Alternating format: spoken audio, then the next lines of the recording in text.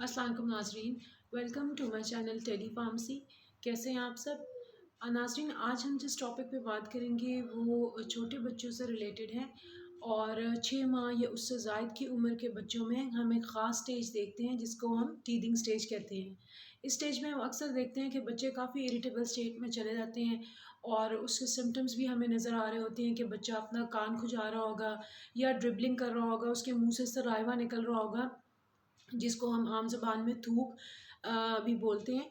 या इसके अलावा हम देखेंगे कि बच्चे जो हैं वो ख़ास तौर पे दो ऐसी कंडीशंस हैं जो जिसके साथ बहुत ज़्यादा सफ़र करते हैं स्टेज में, और वो है डायरिया और कॉन्स्टिपेशन। तो नाज़रीन, हमने अक्सर देखा है कि जब बच्चे स्टेज के अंदर जाते हैं तो बच्चों के साथ साथ माँओं के लिए भी काफ़ी परेशान कुन सूरत हाल होती है। इसमें अगर ख़ास तौर पे बच्चा जो है वो डायरिया का शिकार हो गया हुआ तो हम अक्सर देखते हैं कि बच्चे को डायरिया के साथ साथ नेपी रैश की भी शिकायत हो जाती है। और अगर ये स्टेज जो है ये अक्सर औक़ात कुछ हफ़्तों के बाद दोबारा रिलैप्स करती है, या कुछ महीने के बाद, या 8 हफ़्तों के बाद, या 4 हफ़्तों के बाद दोबारा बच्चा जो है, जब तक कि उसकी टीदिंग स्टेज जो है मुकम्मल नहीं हो जाती, वो हर कुछ अरसे बाद जो है इस स्टेज से गुज़रता है। तो दोस्तों, इसमें हमने एक आसान चीज़ जो हमने ये देखनी है वो ये है कि हम इस डायरिया को बग़ैर बहुत सारी अद्वियात का इस्तेमाल किए बगैर बच्चों में कैसे ठीक कर सकते हैं। तो इसके लिए एक सादा सी जो हमारे पास थेरेपी है वो है ओआरएस, यानी कि निमकोल। और छोटे बच्चों के लिए हमने ये चीज़ देखनी होती है कि हम जो भी अद्वियात उनमें इस्तेमाल करें वो उनकी एज के हिसाब से और उनके वेट के हिसाब से अप्रोप्रिएट हो। तो दोस्तों, आपको ओआरएस जो है वो पीडियाट्रिक कॉम्पोजिशन में बआसानी जो है फार्मेसीज़ पे अवेलेबल होगा। और जब आपका बच्चा इस स्टेज से गुज़र रहा हो, यानी टीदिंग स्टेज, और साथ में डायरिया का शिकार हो जाए, जिसमें हम अक्सर देखते हैं कि लूज़ मोशंस तो होते ही हैं लेकिन समटाइम्स उसका कलर भी चेंज हो जाता है, यानी ब्राउन जो एक नॉर्मल कलर होता है स्टूल का, उससे वो ग्रीनिश टोन में चला जाता है और काफ़ी जो है रैशेस का बाइस भी बच्चों में बनता है।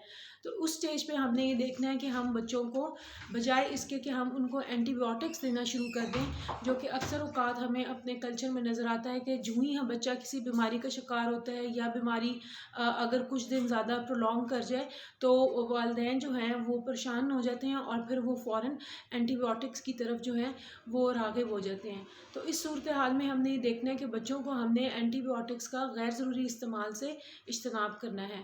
हमने उनको ओआरएस देना है जो कि बिल्कुल अप्रोप्रिएट थेरेपी है, क्योंकि डायरिया के अंदर बच्चों का वाटर लॉस बहुत ज़्यादा होता है बॉडी बॉडी से, या फ्लूइड लॉस बहुत ज़्यादा होता है, और साथ ही साथ उनके इलेक्ट्रोलाइट्स भी हैं वो भी बहुत कम हो जाते हैं, जिसकी वजह से अक्सर औक़ात हम देखते हैं कि बच्चों में थोड़ी सी वीकनेस भी आती है या टांगों में दर्द वगैरह शुरू हो जाता है।